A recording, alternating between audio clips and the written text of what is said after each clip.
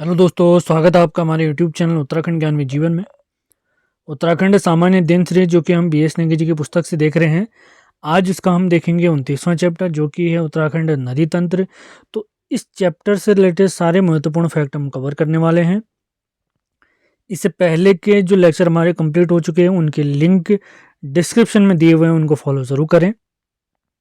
इसी के साथ उत्तराखंड करंट अफेयर सामान्य हिंदी की जो सीरीज़ हमारी इस सीरीज के साथ चल रही है, यानी BS नेगी जी की सीरीज उत्तराखंड करंट अफेयर सामान्य हिंदी, उन सभी के लिंक डिस्क्रिप्शन में दिए हुए हैं, उन्हें चेक ज़रूर करें।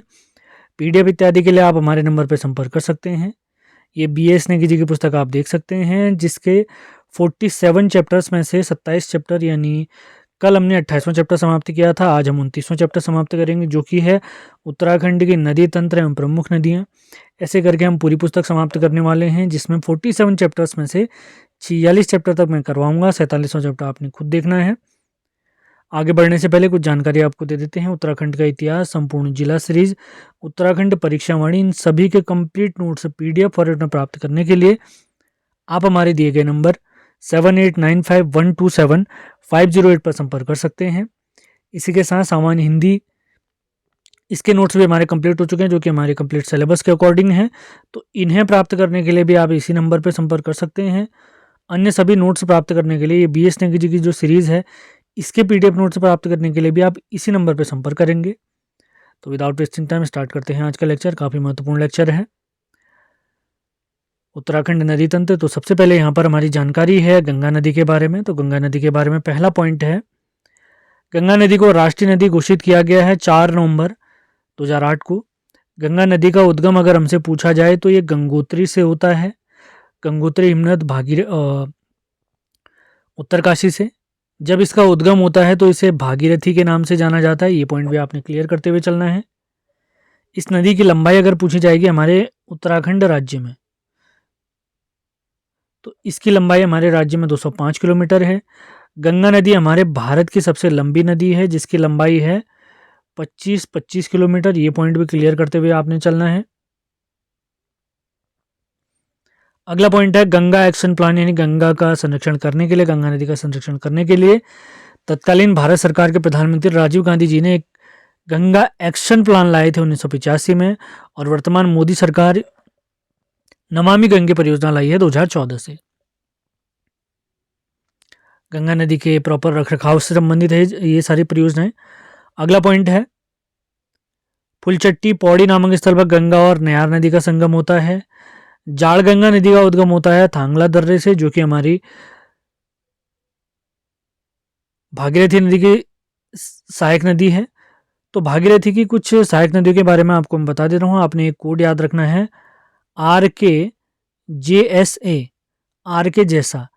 आर से रुद्रगंगा इसकी पहली सहायक, के से केदारगंगा, ये आर है, ये के है। फिर आता है जे से जाड़गंगा जिसका उद्गम थांगला दर्रा है।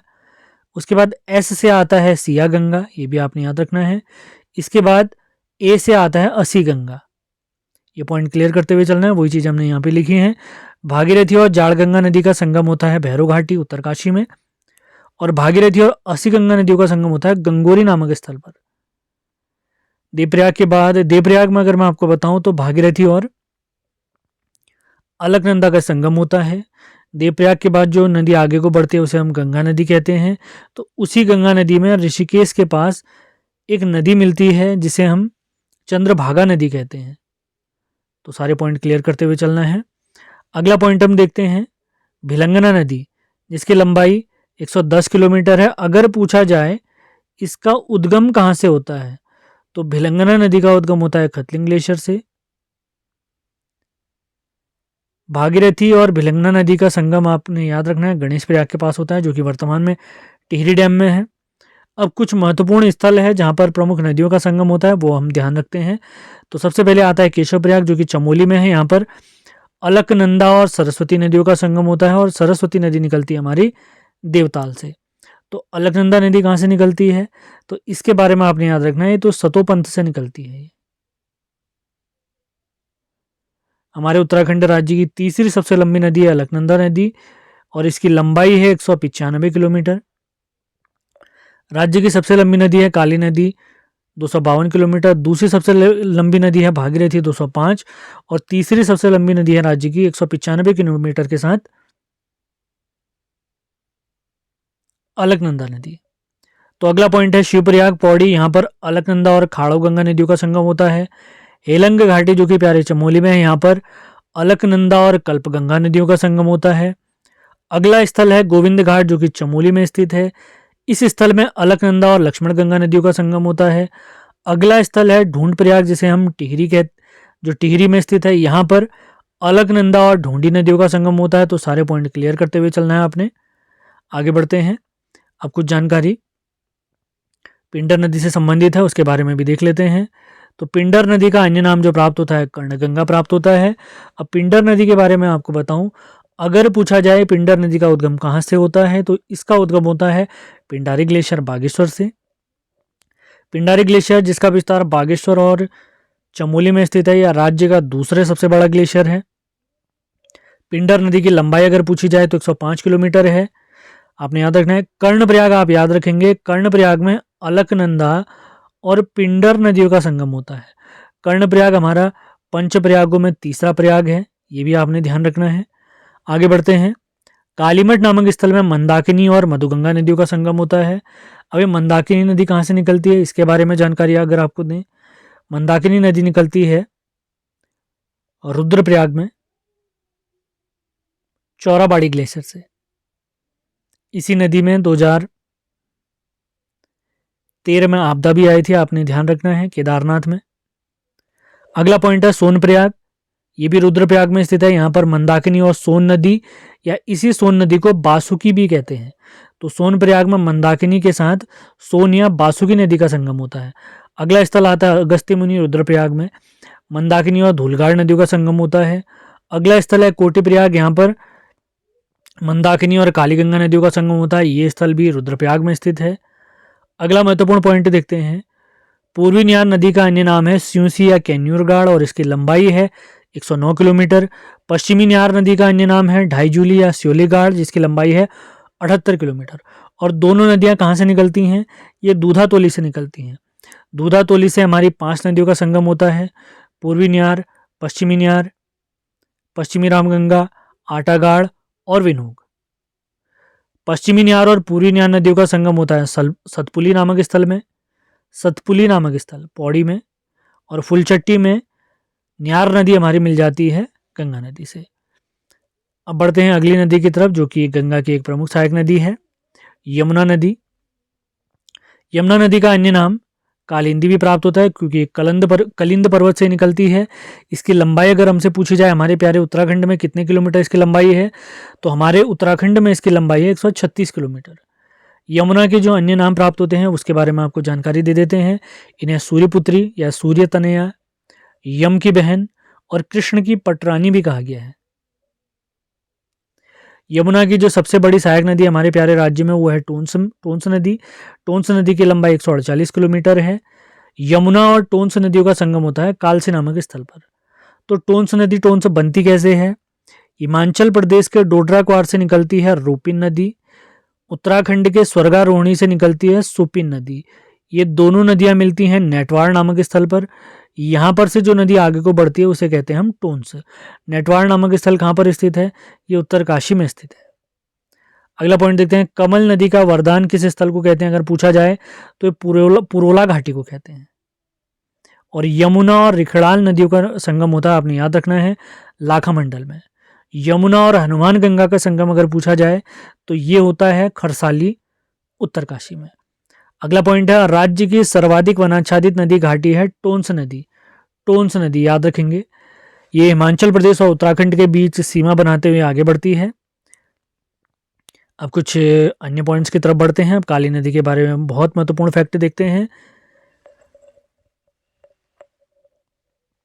काली नदी की जिन जिन नदियों के साथ इसका संगम होता है पहले उनके बारे में जानकारी ले लेते हैं। काली नदी के बारे में अगर हमसे पूछा जाए इसका उद्गम कहाँ से होता है, तो लिपुलेख के पास काला पानी नामक स्थल है, व्यास आश्रम भी कहते हैं इसे हम, तो वहाँ से हमारी ये नदी निकलती है काली नदी, ये आपने ध्यान रखना है। तो काली नदी और पूर्वी धौलीगंगा का संगम होता है खेला गांव पिथौरागढ़ में। काली नदी और गोरी गंगा नदी का संगम होता है पिथौरागढ़ के जौलजीबी में। काली और सरयू नदी का संगम होता है पंचेश्वर में। ये वही सरयू नदी है जो कि सरमूलताल, झुंडी, बागेश्वर से निकलती है। ये हमारे राज्य में 146 किलोमीटर बहती है। जैसे ही इसका संगम इसके साथ हो जाता है, काली के साथ इसका संगम होता है, तो ये काली ही नाम से आगे को बढ़ेगी। पंचेश्वर में आपने याद रखना है संगम इसका होता है सरयू नदी का काली के साथ। काली नदी और लोहावती नदियों का संगम होता है गढ़मुक्तेश्वर चंपावत में। काली और लधिया नदी का संगम होता है चूका नामक स्थल पर। महत्वपूर्ण तथ्य थे, इस वजह से मैंने लिखा है। अगले पॉइंट की तरफ बढ़ते हैं। काली नदी की प्रारंभिक सहायक नदी है कुठियांगटी, याद रखना आपने, इंपॉर्टेंट हो सकता है। गोरी गंगा नदी का उद्गम होता है मिलम ग्लेशियर से, जिसकी लंबाई यानी गोरी गंगा नदी की लंबाई है 104 किलोमीटर। कुछ पॉइंट मैंने आपको बताए थे। उत्तराखंड का सबसे बड़ा ग्लेशियर है गंगोत्री, गढ़वाल का सबसे बड़ा भी गंगोत्री। राज्य का दूसरा सबसे बड़ा है पिंडारी। अगर पूछा जाए कुमाऊं का शुद्ध रूप से सबसे बड़ा ग्लेशियर बताइए तो वो है मिलम ग्लेशियर। 16 किलोमीटर विस्तार है इसका, ये भी आपने याद रखना है। बढ़ते हैं अगले पॉइंट्स की तरफ। श्री रामचरितमानस में सरयू नदी का जो नाम हमें प्राप्त होता है वो है मानस नंदिनी। इंपॉर्टेंट हो सकता है, ध्यान रखना है आपने। सरयू और गोमती नदियों का संगम होता है बागेश्वर में। सरयू और पूर्वी रामगंगा नदी का संगम होता है रामेश्वर में। सरयू और खीर गंगा नदियों का संगम होता है कपकोट बागेश्वर में। पूर्वी रामगंगा का उद्गम, इसके बारे में आपने देखना है, इसके बारे में आपने जानकारी देनी है, यह आपके लिए छोड़ा है मैंने सवाल। आगे बढ़ते हैं। पश्चिमी रामगंगा के बारे में हम देखते हैं। तो पश्चिमी रामगंगा नदी का उद्गम मैंने आपको बताया था, इसका उद्गम दूधातोली से होता है। अगर लंबाई इसकी पूछी जाए तो लंबाई इसकी है 155 किलोमीटर।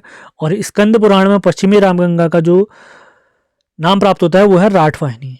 और पश्चिमी रामगंगा के बारे में आप याद रखेंगे, ये प्यारे उत्तराखंड की 5वीं सबसे लंबी नदी है। उत्तराखंड की सबसे लंबी नदी है काली नदी, दूसरे नंबर पे भागीरथी, तीसरे नंबर पे अलकनंदा, चौथे नंबर पे कोसी और 5वें नंबर पे आती है पश्चिमी रामगंगा। काली नदी की लंबाई 252, भागीरथी की लंबाई 205 उत्तराखंड में, अलकनंदा की लंबाई है 195, कोसी की लंबाई है 168 किलोमीटर, यहाँ पर आप देख सकते हैं, और पश्चिमी रामगंगा की लंबाई है 155 किलोमीटर।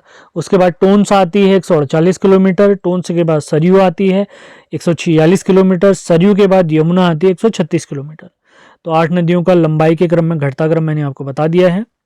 अगला पॉइंट है कोसी नदी के बारे में हम देखते हैं, जिसका उद्गम होता है धार पानी धार कौसानी से। कोसी नदी का जो अन्य नाम प्राप्त होता है इसे कौशिकी भी कहते हैं, ये भी आपने याद रखना है। अगर पूछा जाए राज्य के कितने जिलों में बहती है तो 4 जिलों में बहती है, बागेश्वर, अल्मोड़ा, नैनीताल, उधम सिंह नगर। सुल्तानपुर नामक जो स्थल है हमारे उधम सिंह नगर में, वहाँ से राज्य से बाहर हो जाती है। ये पॉइंट भी आपने क्लियर करते हुए चलना है। सुयाल नदी, एक सवाल आता है हमारे इतिहास में, लाखू गुफा जो कि हमारे अल्मोड़ा में है वो सुयाल नदी के तट पर है। तो सुयाल नदी भी किसकी सहायक है? कोसी नदी की सहायक है। और रामनगर के पास एक हमारा प्रसिद्ध मंदिर है गजिया माता मंदिर, वो भी कोसी नदी के तट पर स्थित है। तो सारे पॉइंट क्लियर करते हुए चलना है। तो आज का लेक्चर हमारा समाप्त होता है। सारे महत्वपूर्ण पॉइंट मैंने आपको बताए हैं। उम्मीद है सेशन आपको पसंद आ रहे हैं। पीडीएफ इत्यादि के लिए आप हमारे नंबर 7895127508 पर संपर्क कर सकते हैं। सेशन पसंद आते हैं तो इनको लाइक और शेयर जरूर करना है। उत्तराखंड नदी तंत्र यानी 29वां चैप्टर हम समाप्त कर चुके हैं बीएस नेगी जी की पुस्तक का। फिर इसके बाद 30वां चैप्टर भी देखेंगे।